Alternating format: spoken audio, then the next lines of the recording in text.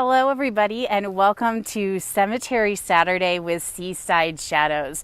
We are here in the scenic, beautiful Cedar Hill Cemetery in Hartford, Connecticut, a location you may be familiar with from Samuel Colt Hill. Now, of course, notorious and no story, but Cedar Hill is of many and amazing history, and perhaps one of the most well-known and most amazing people in Connecticut history that is also buried here at Cedar Hill is the one and only Katharine Hepburn, the leading lady of the golden age of Hollywood.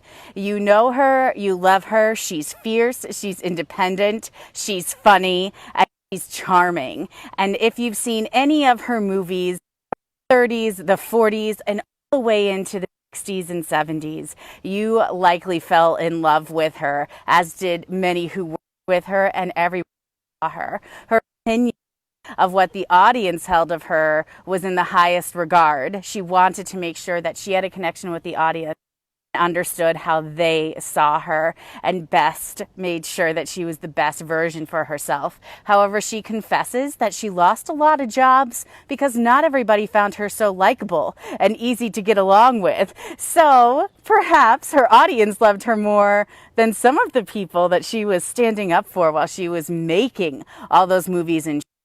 But I want to start with you on this journey here in beautiful Cedar Hill, about the journey of Katharine's life from the beginning. Katharine was born in 1911, and she was born to two very notable people in Connecticut history, a prominent Connecticut family that was pretty well-to-do. We are outside, so you'll hear a variety of birds and vehicles here as well. But this family was very well-to-do, and she was the daughter, the second child of Dr. Thomas Hepburn and Katharine Houghton. Now, they were prominent in their own regard in that Dr. Thomas Hepburn was a doctor. And they lived in a beautiful estate in Old Saybrook, Connecticut called Fenwick, and he was a doctor here in Hartford, and he was most namely a urologist.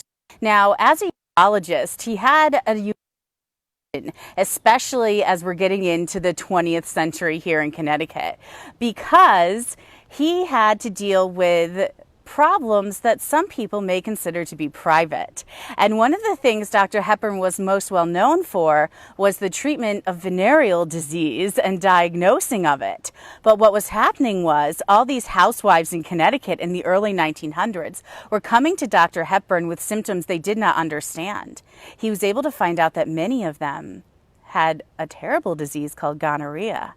Of course, everyone wanted to find out the source, why all these housewives had this disease, and they found out that there was a local whorehouse where all of the husbands of the said women were going after their work days in Hartford. Now, this of many in the community, not the least of which was his wife, Katharine Houghton. Now, Katharine Houghton was a woman who nothing and made herself something, determined to go to school, be fiercely independent, and she picked Thomas Hepburn to be her husband. It was told that she saw him diving into a pool, liked his appearance, and determined that he was who she would marry. So a force to be reckoned with in her own right, when she heard what was happening to the poor women of Hartford, she decided that she had to be an advocate for women's rights and that they too had an independence and they needed to be able to stand up for themselves and be treated better at home and in the world. So she became a suffragist, fighting for women's rights to vote as well as for their position in the household. A lot of people found Katharine Houghton a bit hard to take, but they did finally shut down that whorehouse, and Katharine Houghton remained one of the most notable women in Connecticut history. So it's no strange thing when Dr. Thomas Hepburn and Katharine Houghton had 6 children that they encouraged them to be fiercely independent and be who they wanted to be.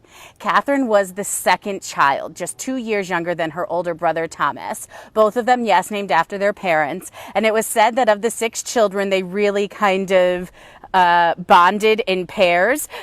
The older Thomas and younger Katharine Hepburn, of who you are familiar, were best friends. Then the next two children were best friends, and then the next two children after that. And young Katharine Hepburn was quite the tomboy, and it actually escalated as she got into her older years, when she once shaved her head and had people call her Jimmy, just to say that she really hated being a woman and all of the stigma that came along with it. So even as a teenager, she was making quite the stance. But she adopted this tomboy image a bit more as she got older. Because you see, her older brother Thomas, her best friend, seemed to have a darker side to him, a side that perhaps ran in the Hepburn family, a side that they kept secret, something I even feel a bit guilty talking about with them here now. In both Mr. and Mrs. Hepburn's family, there was a history of suicide, with parents and aunts and uncles of theirs who shot themselves, jumped out of windows, and there were at least 3 suicides in just the 1 to 2 generations above Katharine and Thomas. So perhaps there was a depression that ran in the family. Now, the young Thomas, the child, the one that was best friends with sister Katharine Hepburn, I know it's confusing because they have the same name as their parents, was also into magic, but he had been going through a dark period where he seemed to not be too happy, and they worried a suicide attempt. So in an effort to help him, his parents sent him to go spend the weekend with his aunt and his best friend, his sister. And I'm going to call Katharine Kate, as that is what she asked to be called, and it will help you differentiate her. So Kate and Thomas went to New York and visited their aunt, and they went to go see a production of Yankee in King Arthur's Court, and they loved the movie. And they went home that night. And then 13-year-old Katharine, the next day, after talking with her brother, thinking they had a lovely night at the theater, walked in to find her brother hanging from a makeshift noose of ropes, and he had killed himself at just 15 years old. The family, wanting to protect this horrifying secret, told the public that the death was actually a mistake from a magic trick gone wrong, and it wasn't until years later, and mostly through private discussions, acknowledged the tragedy that was Kate's older brother by suicide.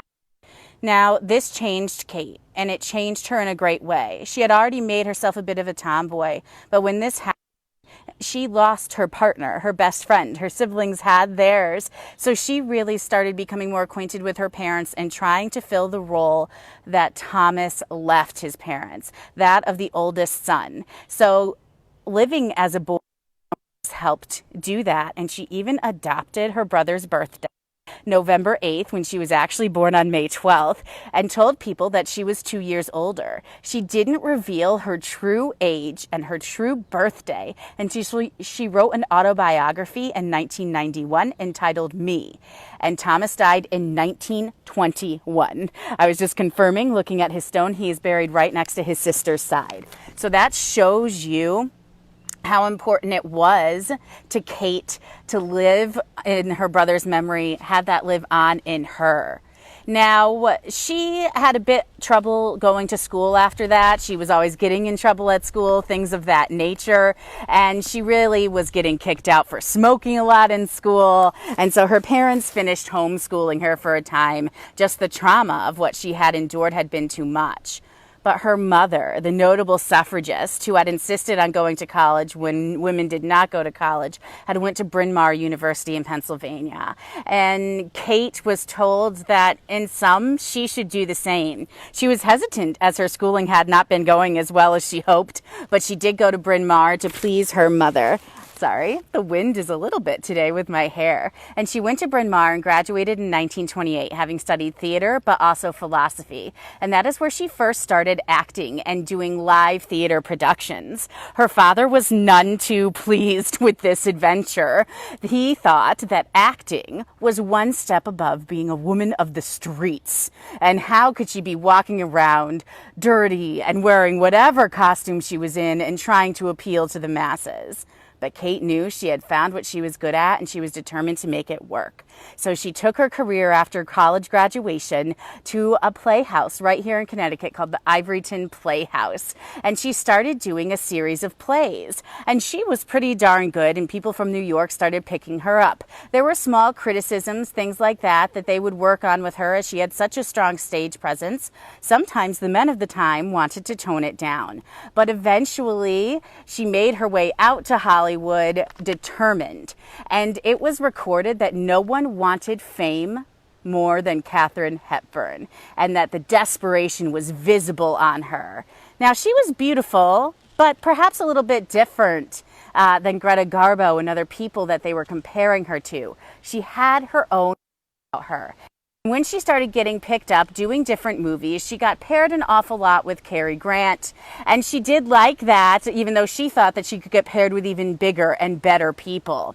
Now, after she had a series of very successful movies, she had a series of flops. Because what had happened is that they put the young, early 20s, beautiful Kate Hepburn in a series of films that allowed her to be funny. And it allowed her to show this loving side to her. However, as time went on and she got older, they thought maybe she didn't fit that role. And by her late 20s, they were putting her in dramatic roles. And as Kate would go on to say, boring roles, that the movies were boring and drab, and she knew it. But she was contracted to a salary that she had made for herself in the 1930s, that they had signed a $1,500 a week. So she had to make whatever movie the studios came up with, and she did. And then it started to become known, if you want a box office failure, cast Katharine Hepburn. Can you imagine? After all that success and pushing herself forward, she became known as a box office failure? That just wouldn't do. But then a play was written for her character in mind. And it was written as a movie. And what would her character be? Katharine, Kate, could not just play a role of any kind. She had a way about her. And the way about her was that she was smarter than any man in the room. She could take the lead. She was intelligent and she was funny. And she had to be written as such. So the production of Philadelphia Story was put together, and it was put together with Jimmy Stewart and Cary Grant, and she did a fantastic job, and it got picked up by the movie theaters, and there she was again, success after success after that, and she made it her personal determination that she would get even bigger leading stars. She said they weren't good enough for her, Jimmy Stewart and them, those weren't the leading men she wanted. She wanted to work with Clark Gable and Spencer Tracy, and she was going to ensure that they became her leading men. As she started to get so involved in this Hollywood life and so successful, she still had her house here at Fenwick and Old Saybrook that she would take care of, and she had a townhouse in New York with a husband. The husband was a young man she had met in college, and his last name was Smith. She liked him. Found him boring. He dealt in finances, but she thought he was a nice man, and she thought that it would please her parents to marry him, so she was going to quit acting and be a housewife. That lasted a matter of weeks before she pursued her career. The marriage lasted 6 years, and she had forced her husband to change his last name from Smith to something more exciting because she would not be Kate Smith for the rest of her life, and he did change his name. After their divorce, after 6 years, when she determined she was not fit to be a wife, and furthermore not fit to be a mother, she decided that she was going to live her life as a fiercely independent woman. But that did not stop her from seeking the leading men. And sure enough, she did secure quite a few movies, 9 to be exact, with Spencer Tracy. They became best friends, and many assume became lovers. They had a relationship and a partnership that lasted 27 years until Spencer Tracy's death. And he was the only leading man that she would be submissive to on screen. Still sassy, still independent, but shows some sense of submission. Her and Spencer Tracy never married. I want to make that clear. They were friends. They lived together at the end of his life when he was suffering from alcoholism and really was not able to heal himself. But they did not marry because Spencer Tracy remained married to his first wife during this entire time. Being extremely Catholic, he did not see it fit to be with someone else. He had many Hollywood affairs outside Kate, but for him, and her, they were the apple of each other's eye. Her previous spouse and his current spouse knew all about it. Kate also had another famous relationship with aviator Howard Hughes, and accounts for times of him flying the jet over her house, trying to impress her and her family, which it did for a few years. But she did have that breakup with Howard Hughes and really invested herself with Spencer Tracy because Howard Hughes cheated on her with at least 6 other women. So she decided to let that one go. But she found that friendship and that relationship and that love with Spencer Tracy, and that was life-changing for her. Now, there are quotes from Kate Hepburn that say that she felt men and women could be great friends, but they really should never live together, that they should live in houses next to each other and visit each other. She thought marriage and relationships and love was something incredibly trying. Now, there were rumors as to her sexuality. Of course, none have been incredibly founded, but it's quite possible that she was bisexual and had other affairs. But we do know Spencer Tracy was recorded by her as someone she loved and a partner for 27 years. And that is the closest we can figure about her personal life. Meanwhile, after she makes these movies with Spencer Tracy, she's not tied to just movies with him. She continues to make movie after movie independent of him, finds herself on Broadway, making all sorts of Shakespearean plays. As she got older into her 30s and 40s, as you may be familiar with a movie called The African Queen. And that was considered a spinster role, but she made even being a middle-aged independent woman look exciting. Now, what made her set apart from a lot of the other people of the golden age of Hollywood is this. She came just as they were moving from silent type pictures to pictures with audio. And a lot of the silent stars did not have voices that translated well to the big screen. But she had a voice, an iconic voice. I bet you can hear it in your head. I can almost hear her standing behind me. There's this nasal tone to it, but this deepness to it. And she had that commandeered the screen, as well as her red hair, as the color would come later. And Spencer Tracy always called her Red. I will comment to Spencer Tracy's character. He was the only that could tell her to stop talking. Everyone else, she continued talking over them. So I guess that's pretty darn close for a relationship. And he would say, "Shut up, Red, and sit down. I'm doing something." And she would listen. I guess I kind of get it. I'm a fierce redhead and I don't stop talking for much of anyone either. But when you love someone and you know that they need a moment, you will listen. But she's fierce. She's making movies. She's not a spinster. She's a hip, middle-aged lady. Now, as she got older, though, she did get invested in a project here in Connecticut. Her house in Fenwick in Old Saybrook actually get completely destroyed in the Great Hurricane of 1938. But she rebuilt it exactly as her family had built it and did continue to go there on a regular basis. And it was told she would swim every single day that she visited, even when it was in the winter. She loved her oceanfront home and she loved her Connecticut connection throughout her entire time in Hollywood. She continued to act in Hollywood until she was in her 60s and 70s. It was at this point that she started to develop some health issues, namely a tremor in her hand. And when she got into her 90s, she did get a bit of a memory issue, although her family says not much, and she was still tough and fighting every day. And what was most notable about Kate as she got older is she got slightly more willing to do interviews. And by that I mean she did one interview with Dick Cavett when she was in her 60s. And she had up on the table and casually just talk to him like it was nothing and like she was at home. She was not one to divulge more information than she wanted, and she took many secrets to her grave. She wasn't one for interviews, and you know, she won 4 Academy Awards, Oscar Awards that she displayed in her house with pride. But she never once attended a ceremony. She didn't believe in all the pageantry. I am standing here at her grave. You may be surprised by how humble it is.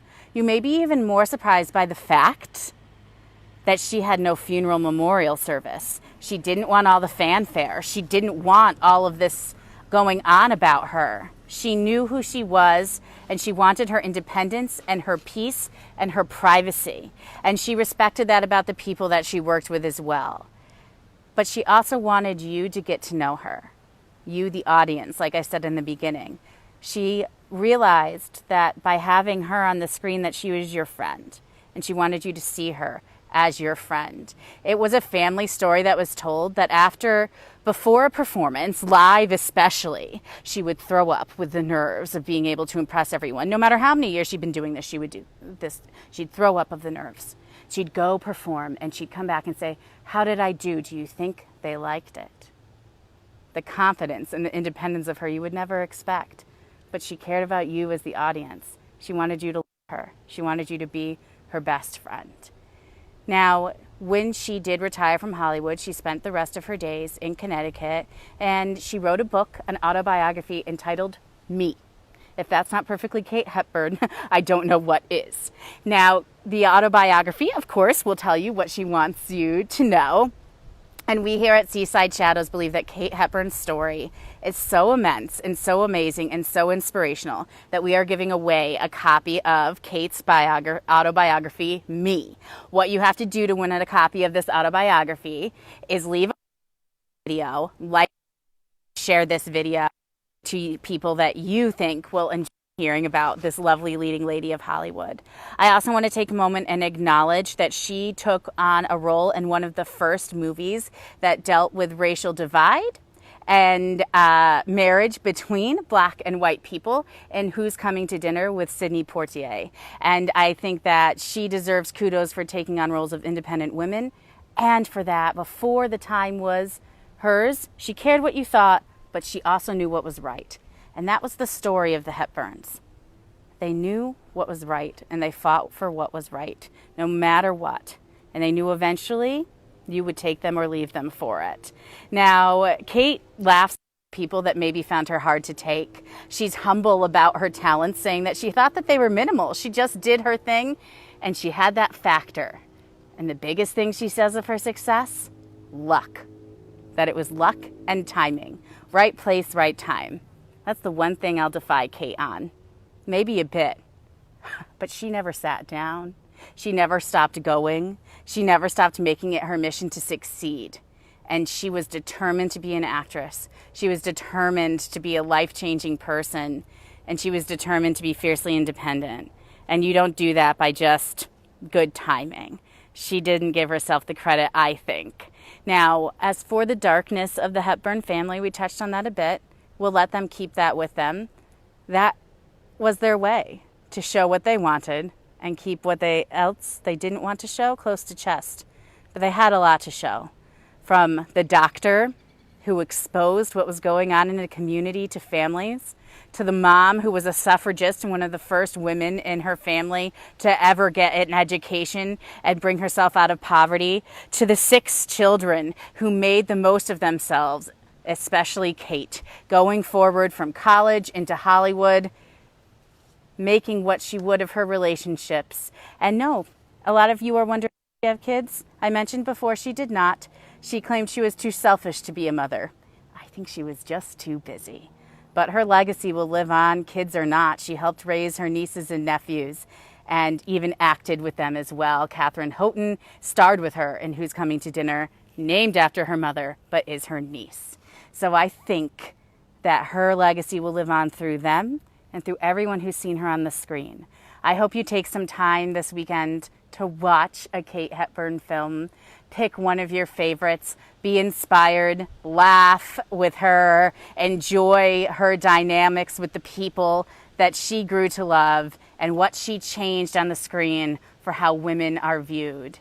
This is Courtney from Seaside Shadows. I want to thank you for tuning in for today's segment.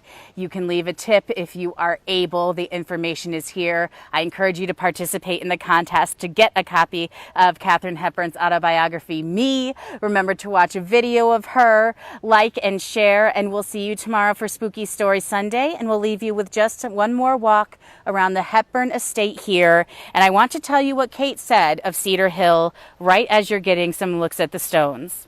Before she died, she remarked of her grave and burial place where she would be coming, "It's nice to have a place to come back to, where there's even a piece of ground waiting for you, and your own dear ones. A place where you know the gravestones, and the trees, and the flowers, and you'll go in that old gate on Fairfield Avenue." Until next time, thank you, Seaside Shadows.